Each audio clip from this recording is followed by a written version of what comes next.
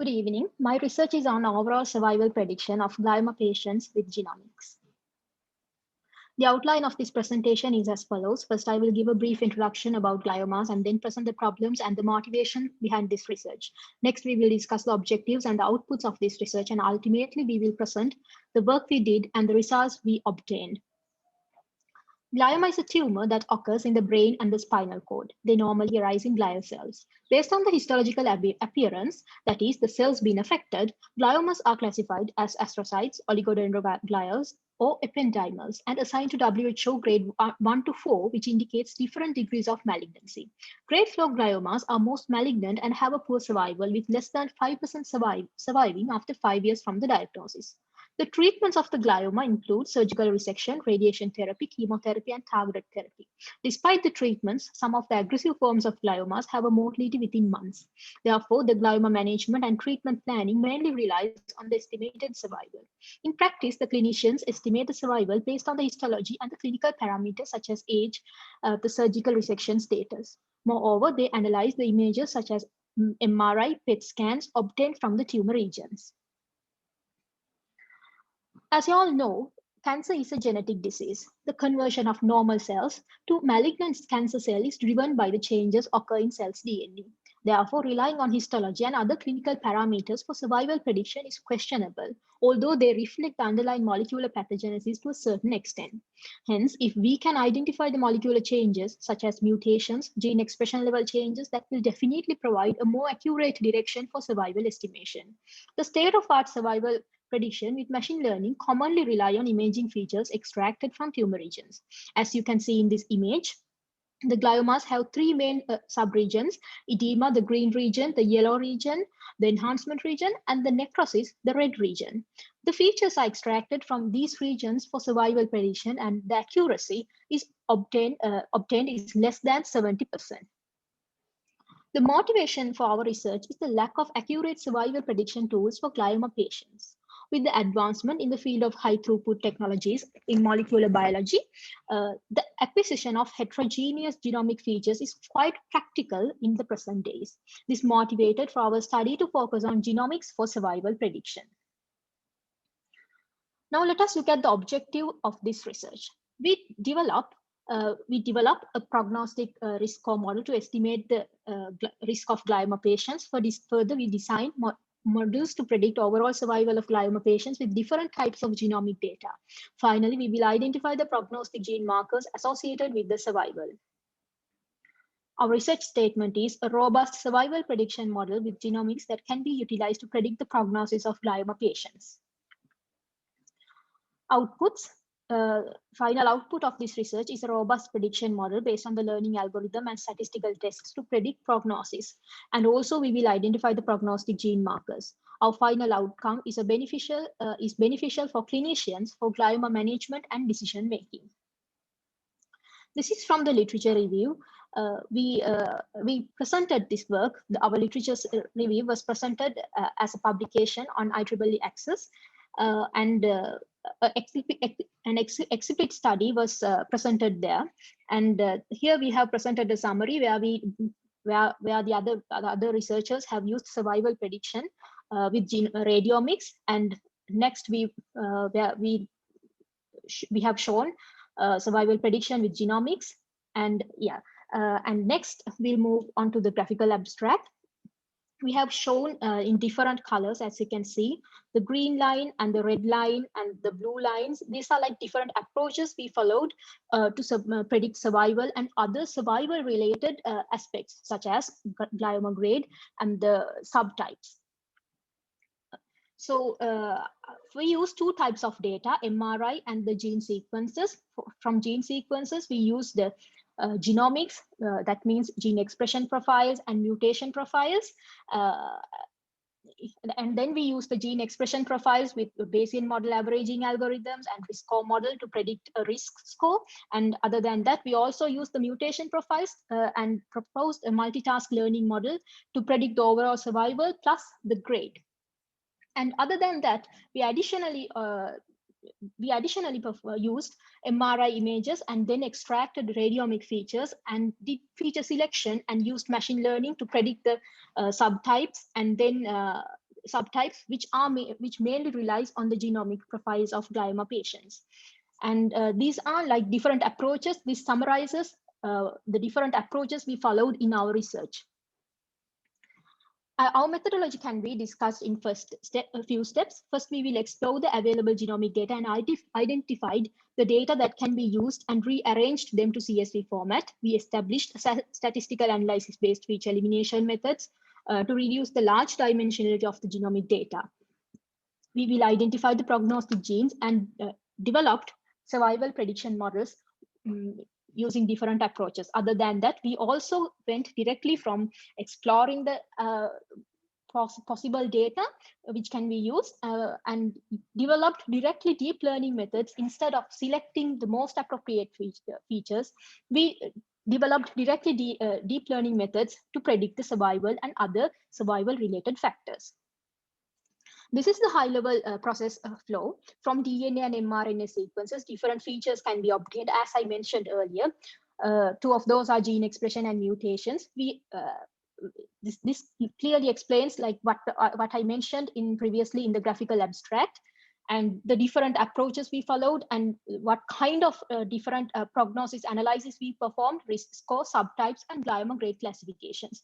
We also finally visualized our results using SHAP analysis, Kaplan-Meier analysis, and box plots and heat maps.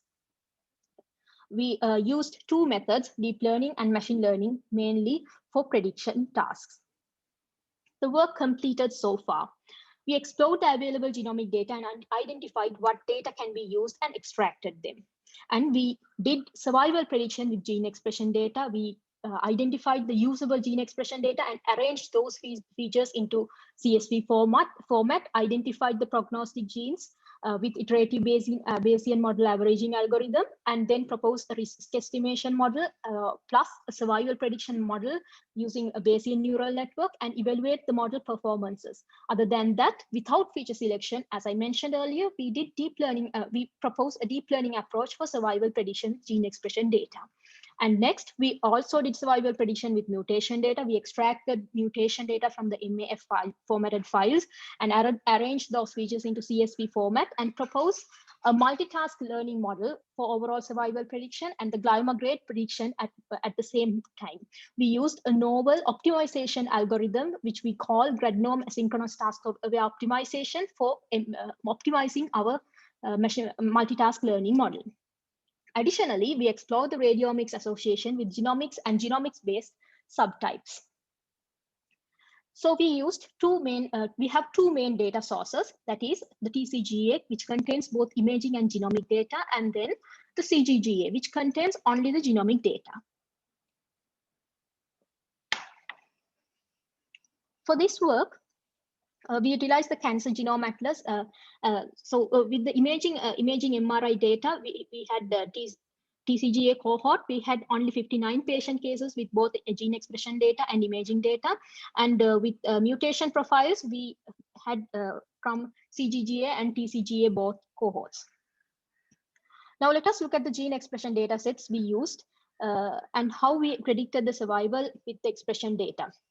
In this work, we obtained the fragments per kilobase transcript per million mapped reads that expresses the gene expression levels and log transformed and median center to reduce the effect of outliers and to normalize the distribution. The CGGA dataset is divided into 4 folds with equal distribution of each short, medium, and long survival classes. Thereafter, we performed the validation on the TCGA dataset. What is gene expression? Gene expression level expresses the expression of genes in the mRNA sequences in the affected tumor region. In previously done studies, gene expression of particular genes has shown associations with glioma survival. The expression level gets affected by other alterations such as mutations, methylations occur in the molecular level. Therefore, we use gene expression data as it is a biomarker that reflects these molecular level alterations in gliomas. As we mentioned in the previous slide, we use the FPKM values obtained from the mRNA sequences. Why do we use gene expression values instead of complete sequences? Gene expression value is a processed representation of the gene of each gene in the sequence. It is easier to handle than heavy weighted sequences. Also, why do we use FPKM representation as the gene expression value? FPKM value is a relative representation of the expression and is the most common unit reported to estimate gene expression-based RNA sequence data. We identify the prognostic genes using the iterative Bayesian model averaging algorithm. Consequently, we could identify 7 genes associated with survival. And here we have shown the posterior probabilities we obtained for the selected 7 genes. And with the 7 selected genes, we trained the most commonly used machine learning algorithms, decision tree, random forest, XGBoost, CatBoost, and support vector measuring for survival class prediction. And then we propose a probabilistic programming-based Bayesian neural network for survival prediction with gene expression that outperforms the traditional machine learning algorithms. So this is the proposed Bayesian neural network. And what we did was we evaluate these algorithms on the TCGA dataset. We performed the cross-validation on the CGGA dataset and then tested separately on the TCGA dataset. And other than that, we came up with a risk score prognostic model. That means a risk prediction model, which is not relying on machine learning methods, but a mathematical model.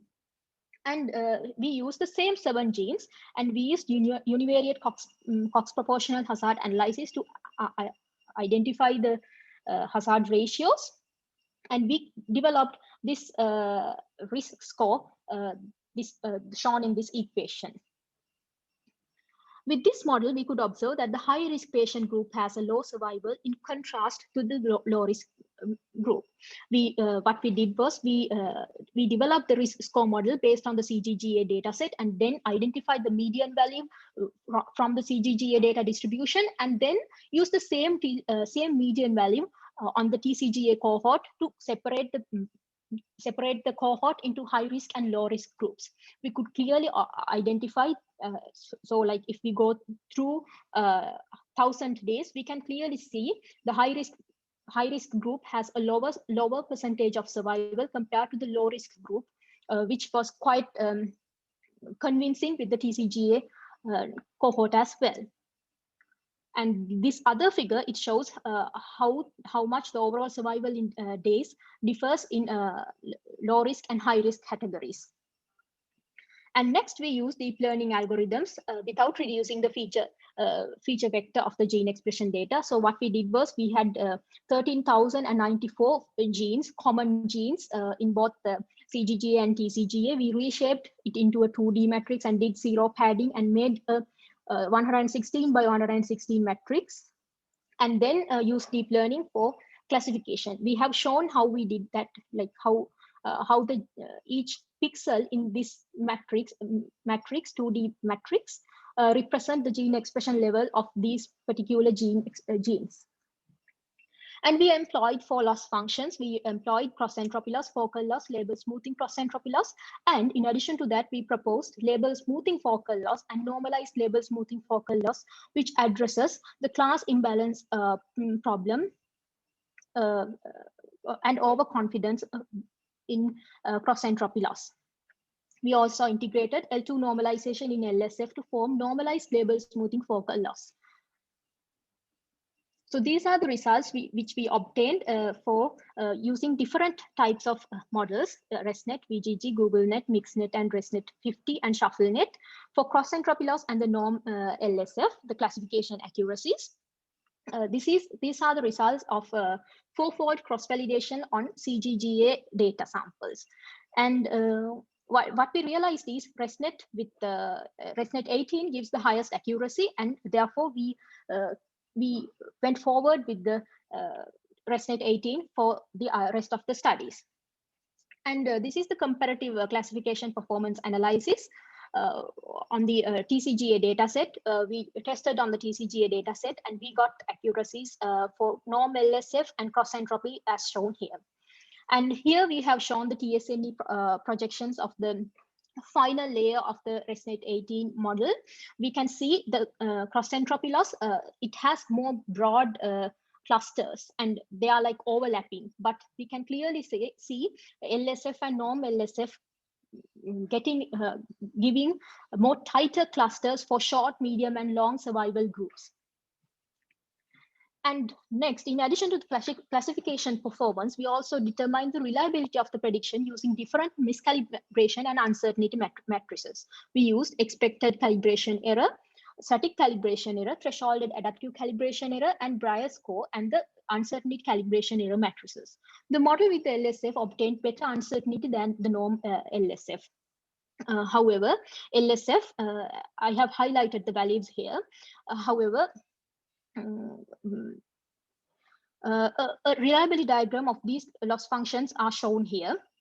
The diagonal dash is considered as the perfect calibrated model where the confidence score versus the accuracy graph is expected to be aligned, and the reliability curve closer to the diagonal line is presented as the least calibration error. In the figure, norm LSF curve is more closer to the perfect calibration comparing to the other loss functions.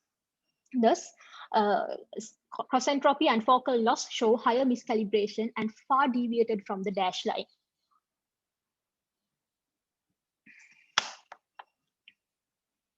Next, we needed to identify the effect of genes on this particular deep learning model.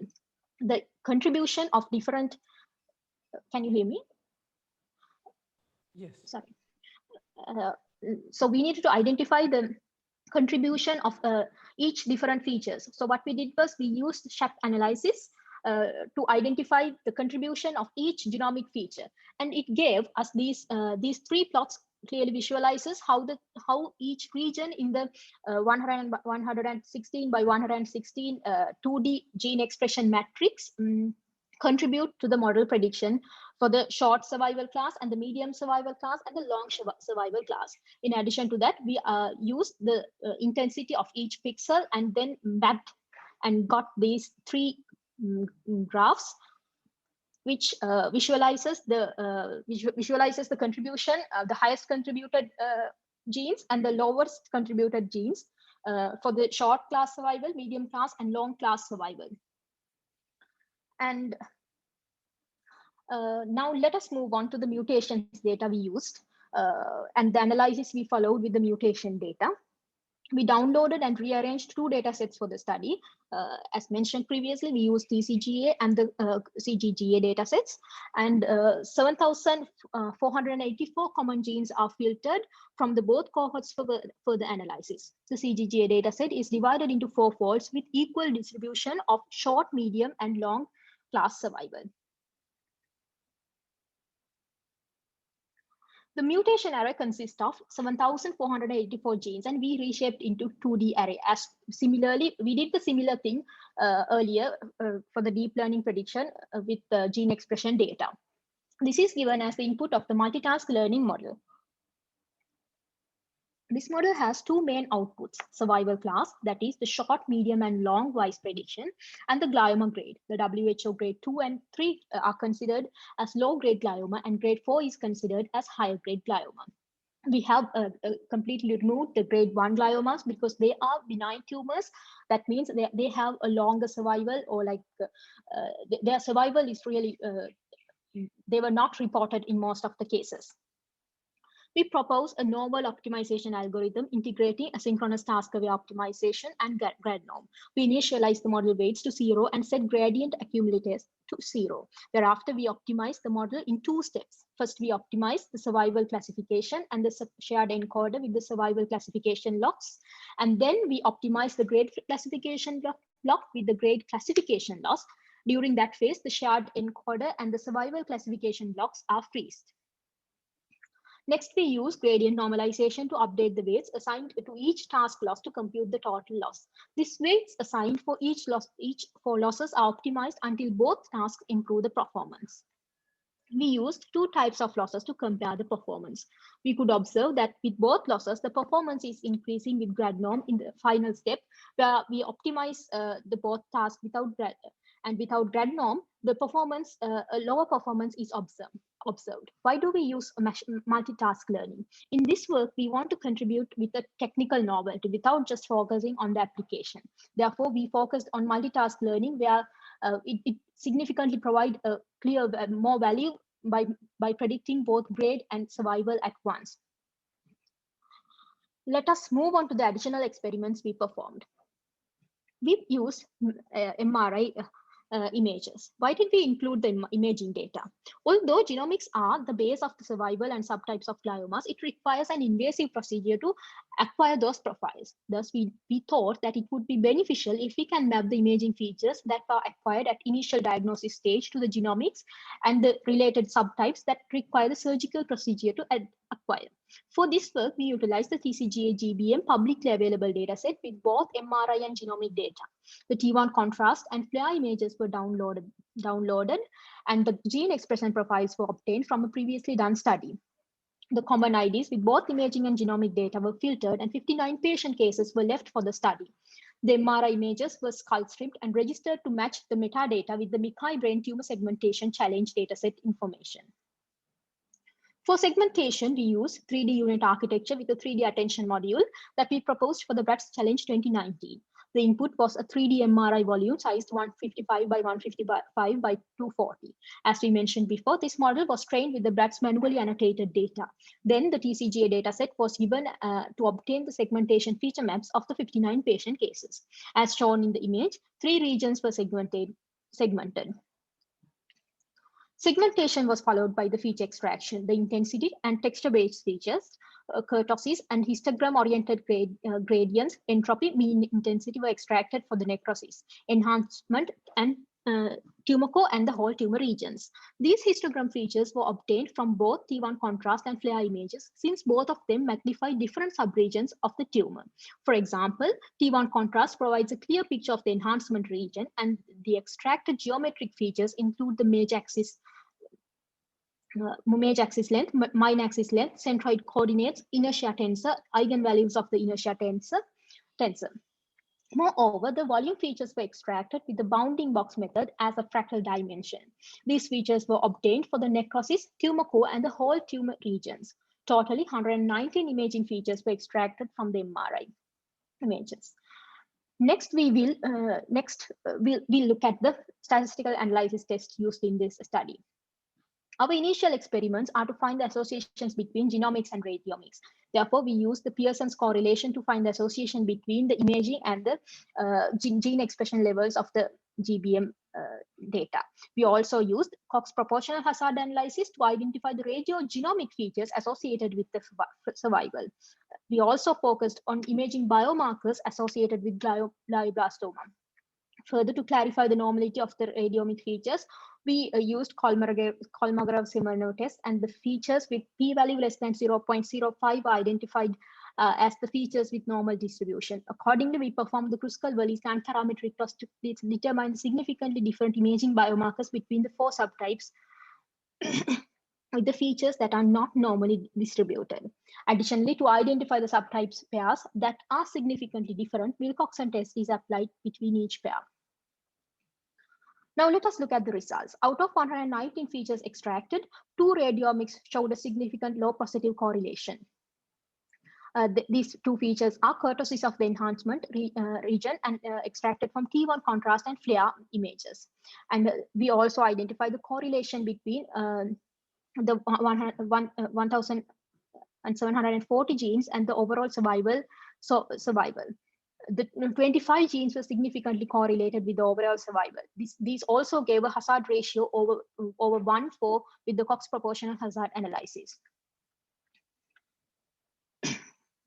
We also performed the Kolmogorov-Smirnov test was applied to obtain the normality of the features, and 38 features out of 119 features were significantly normally distributed. Therefore, the remaining non-normal features were applied with the Kruskal-Wallis test, and 12 features were significantly different. And we also identified the fractal dimensions of the necrosis, whole tumor, and the tumor core regions as significantly different features between the subtypes.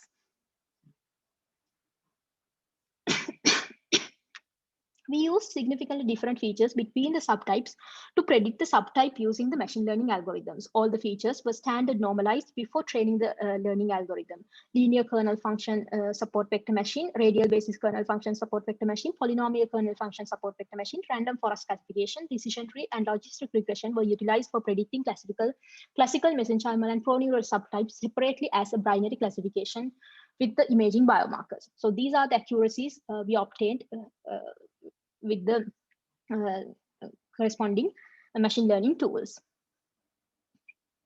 And we have three main deliverables from this research: a full paper publication at the IEEE BIBE conference, and a full paper publications at MICAI RNO AI workshop based on our additional research work, and the journal paper based on our survey done on this research area.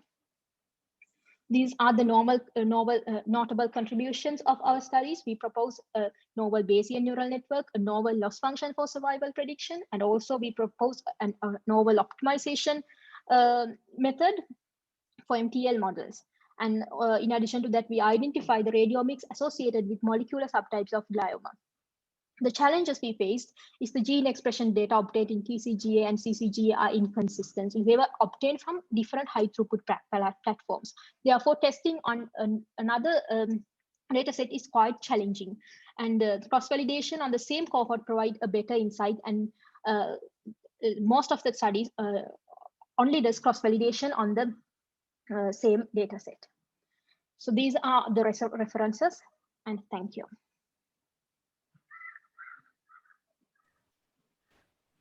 Thank you, Nawadini.